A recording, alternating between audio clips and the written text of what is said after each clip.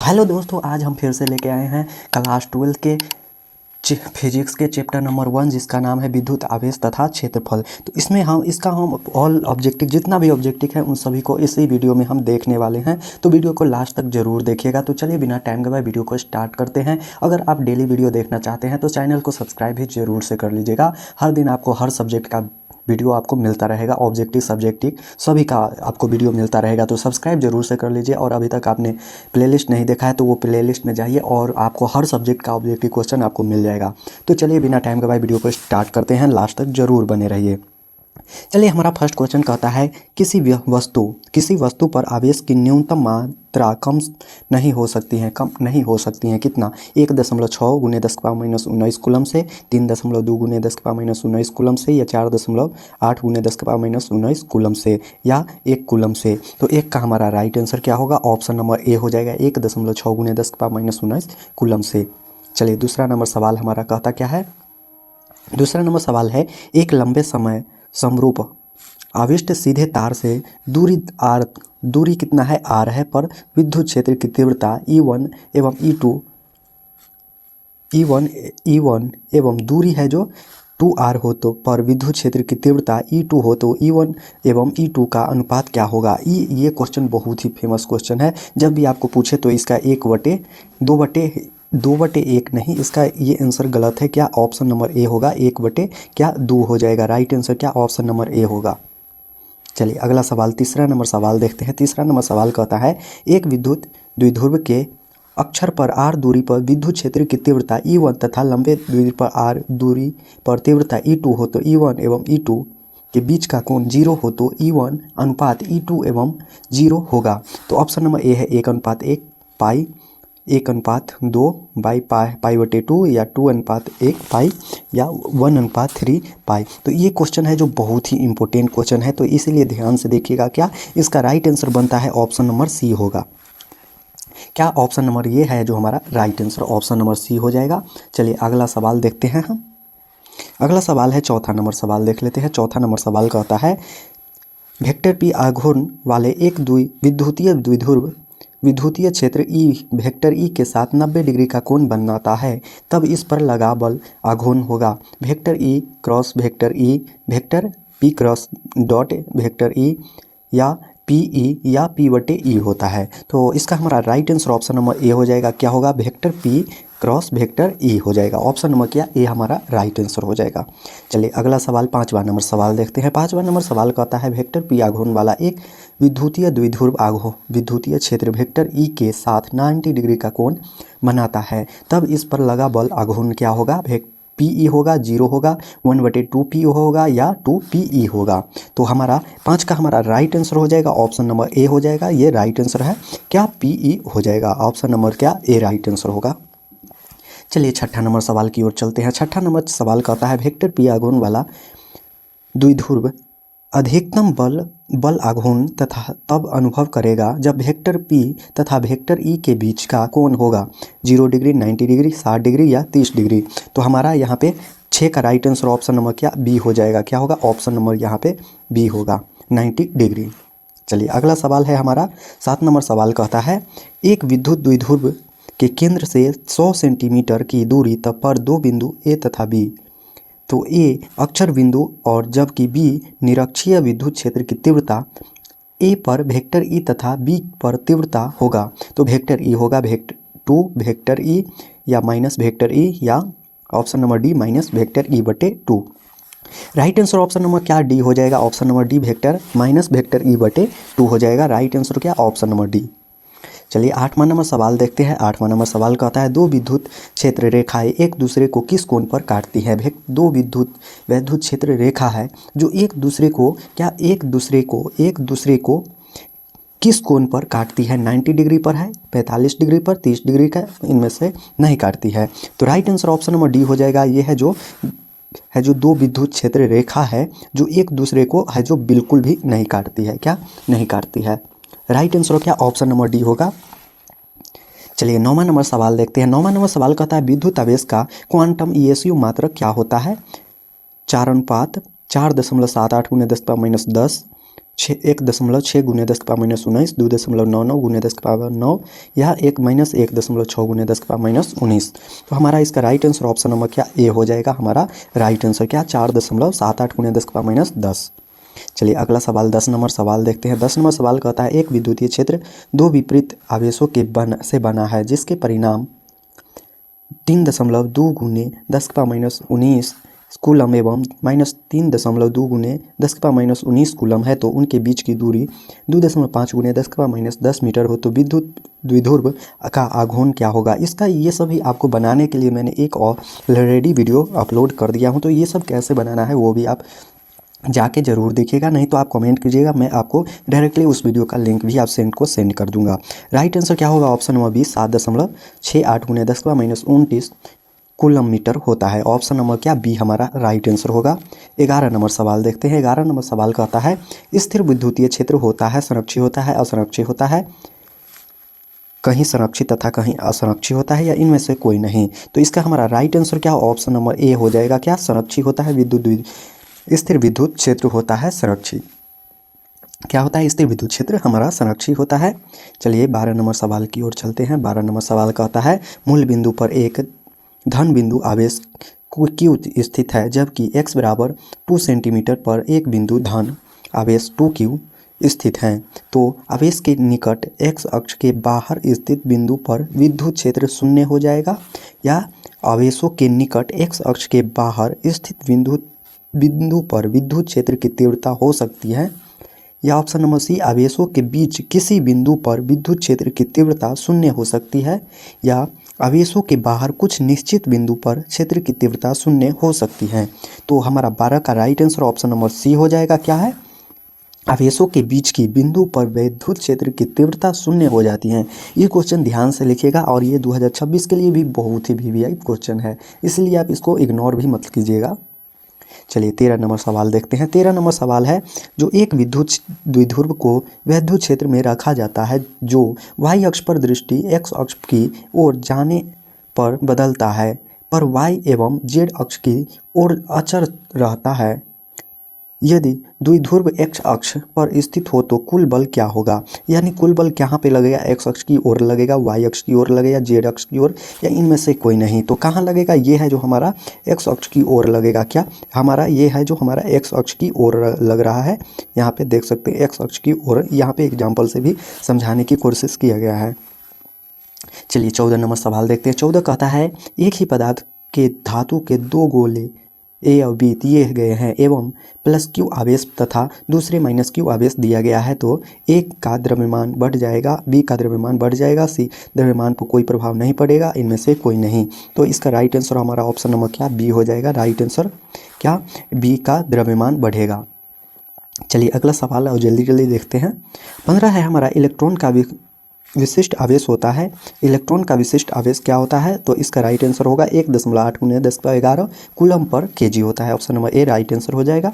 16 number सवाल देखते हैं। 16 कहता है dy मात्रक है। dy किसका मात्रक है, dy हमारा किसका मात्रक है, तो ये है विद्युत द्विध्रुव आघूर्ण का। dy किसका मात्रक है, विद्युत द्विध्रुव आघूर्ण का मात्रक है। अगला सवाल देखते हैं। 17 नंबर सवाल कहता है 17 कहता है एक आवेशित चालक की सतह से किसी बिंदु पर विद्युत क्षेत्र की तीव्रता क्या होती है, शून्य होती है, सतह के लंबवत होती है, सतह के स्पर्शीय होती है, या सतह पर 45 डिग्री पर होती है। तो राइट आंसर होगा ऑप्शन नंबर क्या बी हो जाएगा, सतह के लंबवत होती है।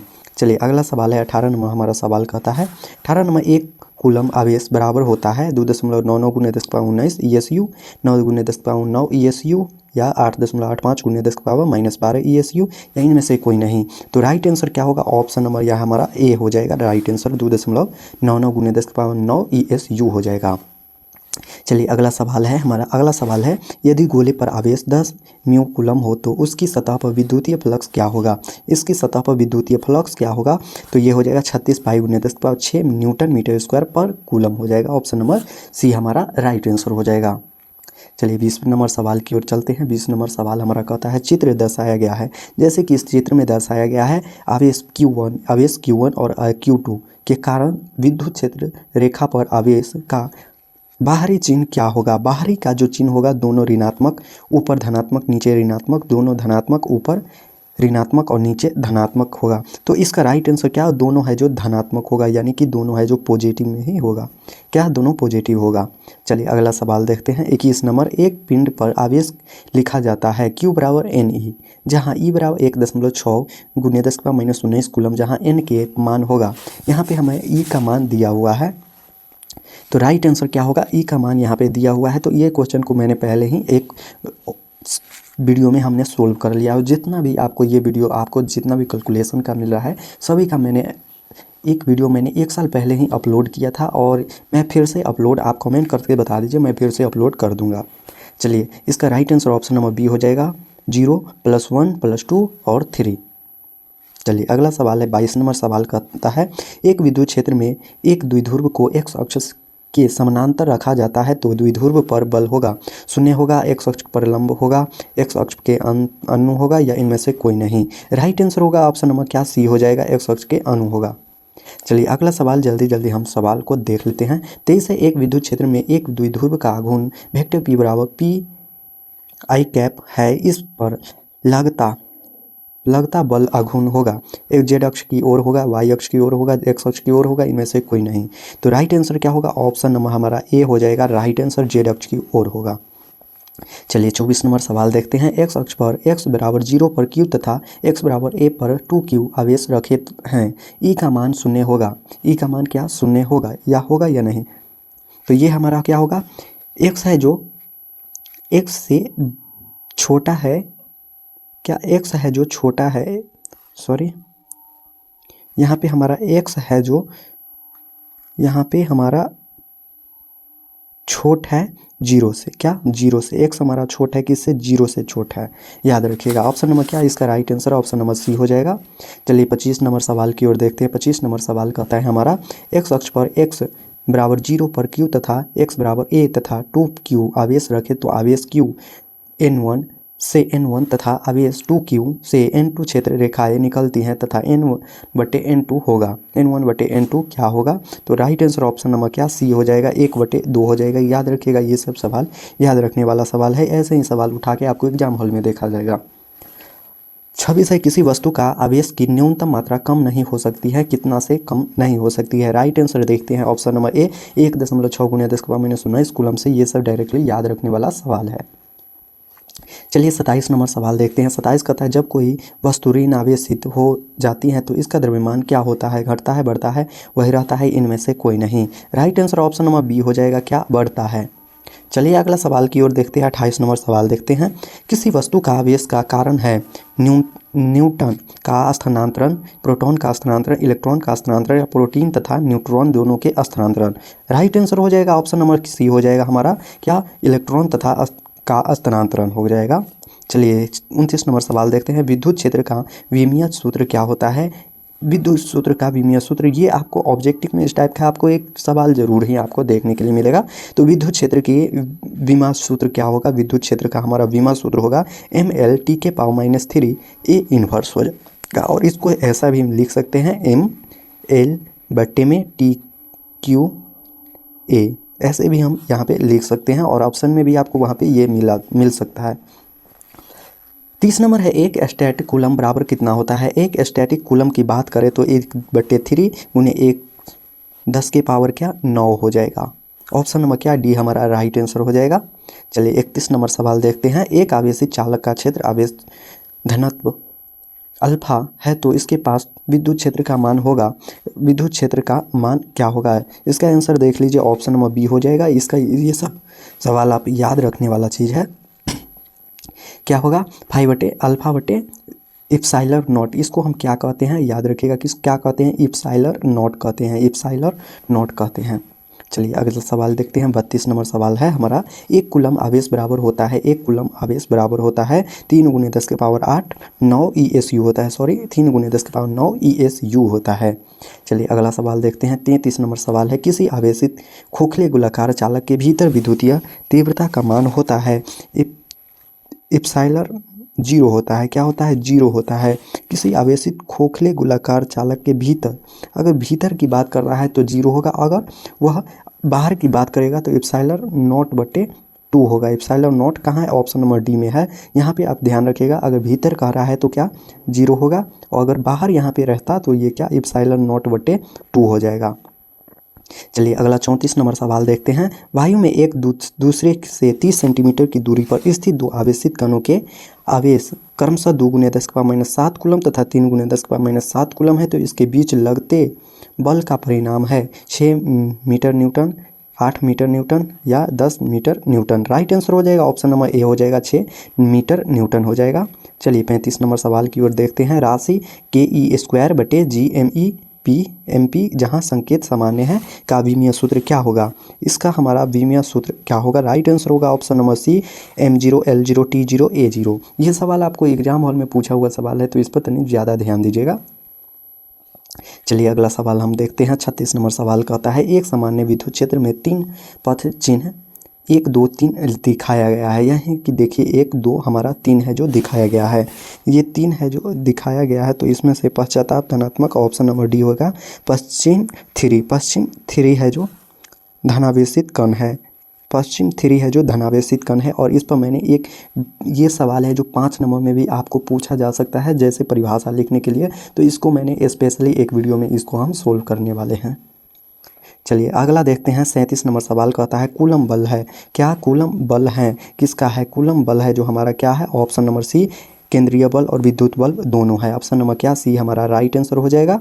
चलिए 38 नंबर सवाल की ओर देखते हैं। वेक्टर P आघूर्ण वाला एक विद्युत द्विध्रुव वेक्टर की तीव्रता वाले विद्युतीय क्षेत्र में रखा जाए तो उस पर लगने वाला टार्क होगा vector E cross vector E vector P cross E या वेक्टर PE या वेक्टर P बटे वेक्टर E होगा। राइट आंसर हमारा हो जाएगा ऑप्शन नंबर ए हो जाएगा। क्या होगा? Option number A, vector P cross vector E। चलिए आगे बढ़ते हैं। 39 नंबर सवाल की ओर चलते हैं। 39 कहता है, एक वैद्युत द्विध्रुव में 10 सेंटीमीटर की दूरी पर 2 बिंदु A तथा B स्थित है। A अक्षीय बिंदु पर जबकि B लंबवत द्विभाजक हैं, तो विद्युत क्षेत्र की तीव्रता A बराबर A पर वेक्टर E तब B पर तीव्रता होगी B पर क्या तीव्रता होगी? तो ऑप्शन नंबर डी -E बटे 2 वेक्टर। ये दोबारा सवाल आ गया है। चलिए 40 नंबर सवाल देखते हैं। किसी आवेशित बेलन के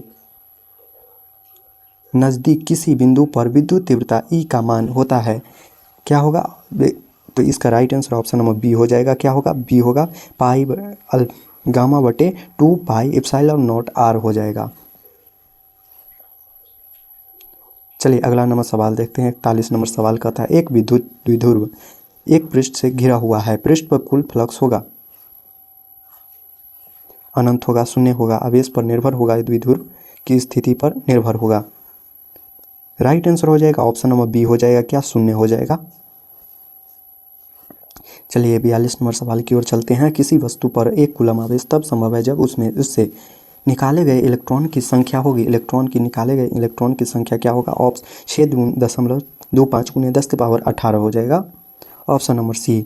चलिए 43 नंबर की ओर देखते हैं। किसी अनावेशित वस्तु पर एक कूलम आवेश होने के लिए उसमें से निकाले गए इलेक्ट्रॉन की संख्या होगी। इलेक्ट्रॉन की संख्या क्या होगी?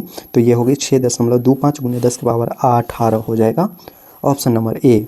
चलिए अगला देखते हैं हम 44 नंबर। एक वैद्युत द्विध्रुव एक पृष्ठ से घिरा हुआ है, पृष्ठ पर कुल विद्युतीय फ्लक्स होगा, अनंत होगा, शून्य होगा, Q बटे एप्सिलॉन नॉट होगा। तो राइट आंसर ऑप्शन नंबर क्या? बी हो जाएगा, शून्य हो जाएगा।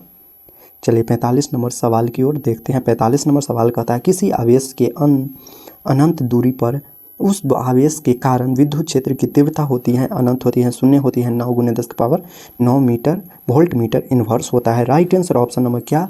बी हो जाएगा, शून्य। चलिए 46 नंबर सवाल है। यदि दो आवेशों की दूरी बढ़ा दी जाए तो आवेशों के विद्युतीय स्थितिज ऊर्जा का मान क्या हो जाएगा? विद्युत स्थितिज ऊर्जा का मान है जो बढ़ भी सकता है और घट भी सकता है। क्या है? बढ़ भी सकता है और घट भी सकता है। चलिए अगला देखते हैं हम 47 नंबर। किसी आवेशित गोलीय खोखले चालक के भीतर विद्युत तीव्रता होती है, अनंत होती है, शून्य होती है, धनात्मक एवं 1 से अधिक होती है, या इनमें से कोई नहीं। राइट आंसर हो जाएगा ऑप्शन नंबर क्या? बी हो जाएगा, शून्य हो जाएगा। चलिए अगला सवाल देखते हैं। 48 नंबर सवाल है। फ्लक्स घनत्व का मात्रक होता है, फ्लक्स घनत्व का मात्रक होता है, ऑप्शन नंबर बी टेस्ला होगा। चलिए अगला सवाल देखते हैं। 49 नंबर सवाल की ओर चलते हैं। आवेश ए तथा बी एक दूसरे को आकर्षित करते हैं तो आवेश ए एवं बी भी एक दूसरे को आकर्षित करते हैं, तब ए एवं सी आकर्षित होंगे, प्रतिकर्षित होंगे, एक दूसरे से प्रभावित नहीं होंगे या और अधिक सूचना चाहिए। राइट आंसर होगा ऑप्शन नंबर क्या, बी हो जाएगा, प्रतिकर्षित होंगे। चलिए 50 नंबर सवाल की ओर देखते हैं। एक अनावेशित धातु कण को एक धनावेशित धातु प्लेट के नज़दीक लाया जाता है तो धातु कण पर विद्युतीय बल होगा प्लेट की सतह पर, तरफ, प्लेट से दूर, प्लेट से समानांतर या इनमें से कोई नहीं। राइट आंसर क्या होगा, ऑप्शन नंबर ए हो जाएगा, प्लेट की तरफ हो जाएगा। चलिए अगला सवाल 51 नंबर सवाल कहता है दो चालकों के बीच आवेश के वितरण से होने वाली ऊर्जा की हानि निर्भर करती है किस पर, विभवांतर पर, विभवांतर के वर्ग पर, धारिता पर या इनमें से कोई नहीं। तो right answer option number B हो जाएगा, क्या, विभवांतर के वर्ग पर। चलिए अगला सवाल देखते हैं। 52 नंबर सवाल कहता है एक बिंदु आवेश Q के एक दूसरे के बिंदु आवेश Q के चारों तरफ वृत्ताकार पथ पर घुमाया जाता है, विद्युत क्षेत्र के द्वारा किया गया कार्य होगा, शून्य होगा, धनात्मक, ऋणात्मक, इनमें से कोई नहीं। राइट आंसर हमारा हो जाएगा ऑप्शन नंबर ए हो जाएगा, क्या, ऑप्शन नंबर ए, शून्य। चलिए 53 नंबर सवाल की ओर देखते हैं। 53 आवेश का SI मात्रक क्या होता है। आवेश का SI मात्रक आप सभी को पता होगा, आंसर कमेंट बॉक्स में जरूर से गूंजना चाहिए इसका, अगर अभी तक आपने वीडियो देख ही रहे हैं तो।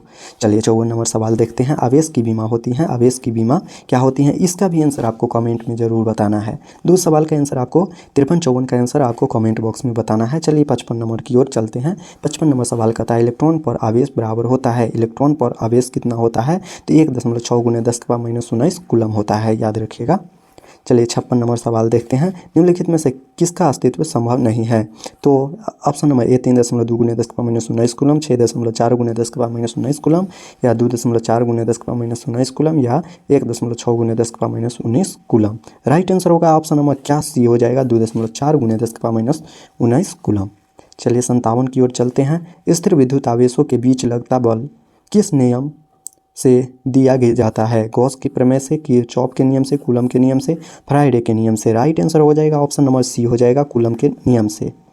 चलिए अगला सवाल देखते हैं। 58 नंबर दो आवेशों के बीच की दूरी दुगनी करने के बीच का बल होगा, करने के बीच का बल क्या होगा। राइट आंसर होगा ऑप्शन नंबर डी हो जाएगा, चौथाई हो जाता है, चौथाई क्या हो जाता है।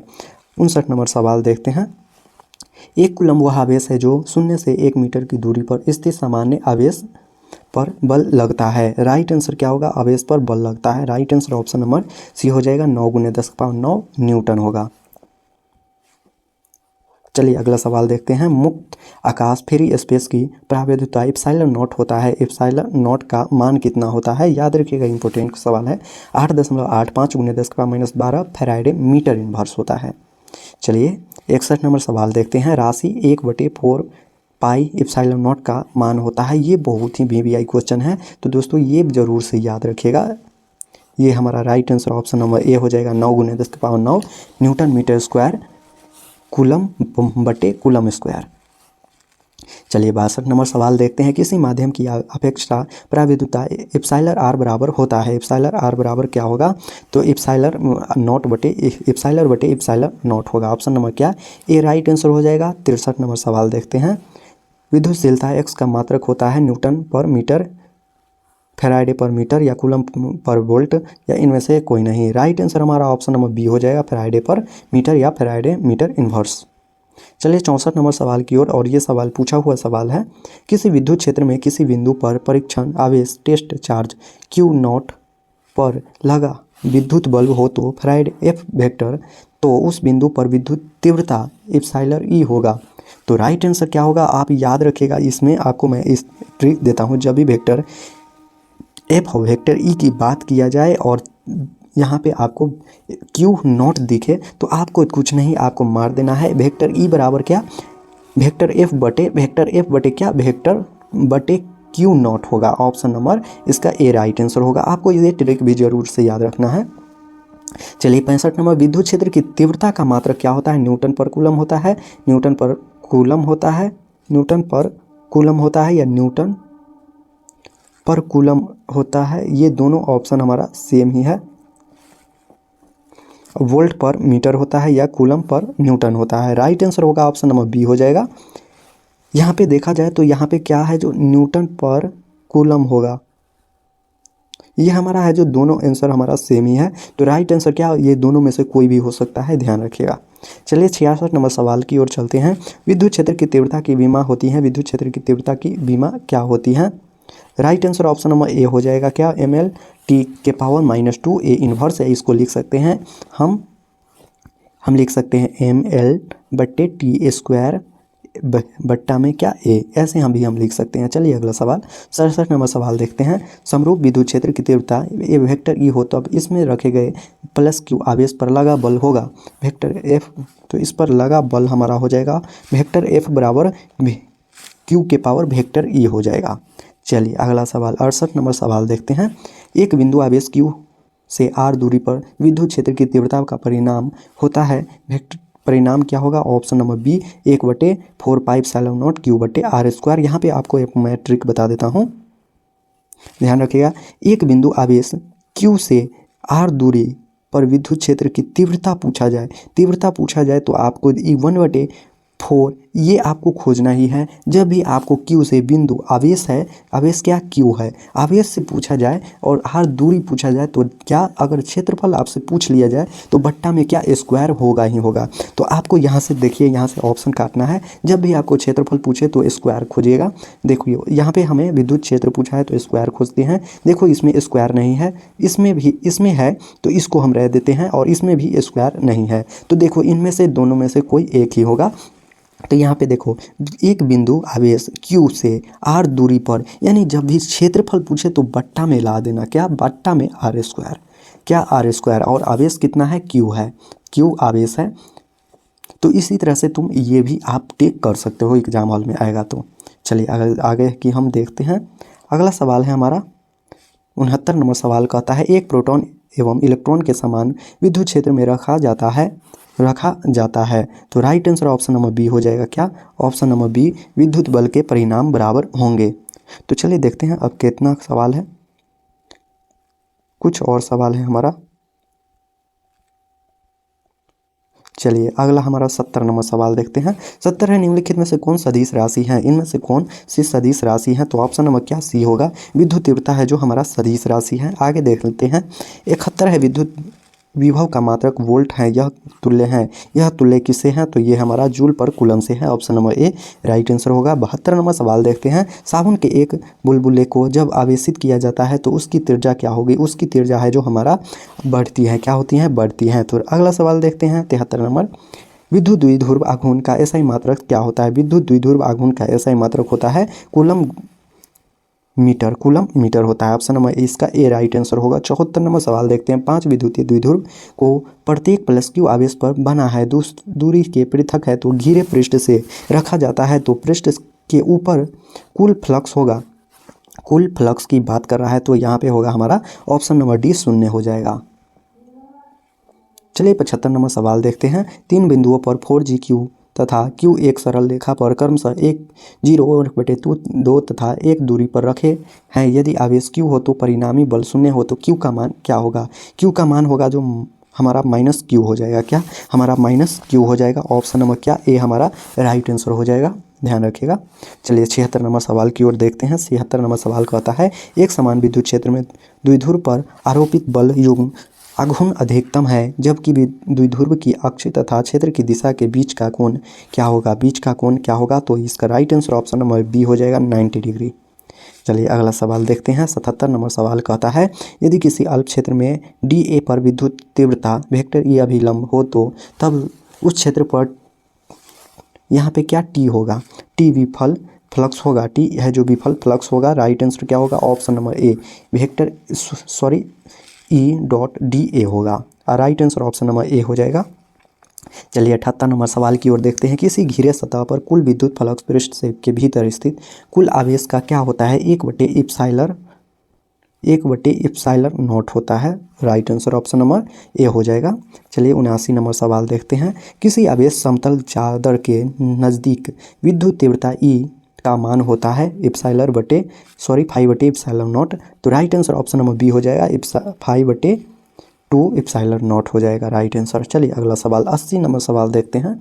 80 नंबर सवाल कहता है, किसी आवेशित चालक के नज़दीक विद्युत तीव्रता वेक्टर ई का मान क्या होता है? तो राइट आंसर होगा ऑप्शन नंबर ए 5/ε0। अगला सवाल 21 नंबर सवाल है हमारा, किसी चालक पदार्थ का गोले के आवेश देने पर वह वितरित होता है किस पर होता है वितरित? तो right answer option number D, इनमें से कोई नहीं हो जाएगा।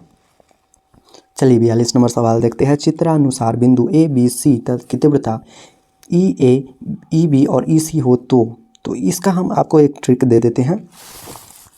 जब भी आपको यहाँ पे चित्रता है जो बिंदु ए बी सी तीव्रता क्रमशः ए बी और सी हो, तो यहाँ पे जब भी आपको त्रिण अनुसार पूछे तो आपको करना क्या है, ई बराबर ए बराबर ई और बी को आपको बराबर कर देना है, और इससे क्या छोटा है जो क्या है ई बी होगा, सॉरी यहाँ पे सी हो जाएगा, ई बी होगा।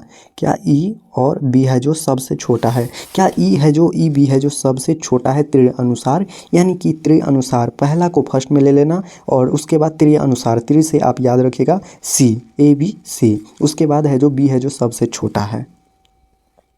चलिए 83 नंबर सवाल देखते हैं। चालक पदार्थ से बने असीमित आवेश पतली चादर की सतह के निकट स्थित है तो किसी बिंदु का विद्युतीय क्षेत्र का मान होता है। विद्युतीय क्षेत्र का मान होगा ऑप्शन नंबर बी हो जाएगा 5/ε0। 84 नंबर सवाल है और ये आप आंख मूंद के ये सवाल का आंसर आपको कमेंट बॉक्स में ज़रूर से बताना है। उसके बाद ये भी सवाल का आंसर कमेंट बॉक्स में बताना है। जब किसी वस्तु को आवेशित किया जाता है तो उसका द्रव्यमान बढ़ता है, घटता है, अचल रहता है या बढ़ या घट सकता है, तो इसका आंसर आपको कमेंट बॉक्स में ज़रूर से बनाना है। और अभी तक आपने वीडियो देख रहा है तो एक सब्सक्राइब तो ज़रूर से कर दीजिएगा, और मिलते हैं नेक्स्ट वीडियो में और नेक्स्ट चैप्टर के साथ। 1 से 2 बार आप वीडियो को देखिए, आपको खुद ही याद हो जाएगा, इसके लिए कोई भी दिक्कत नहीं है। तो चलिए मिलते हैं नेक्स्ट वीडियो में।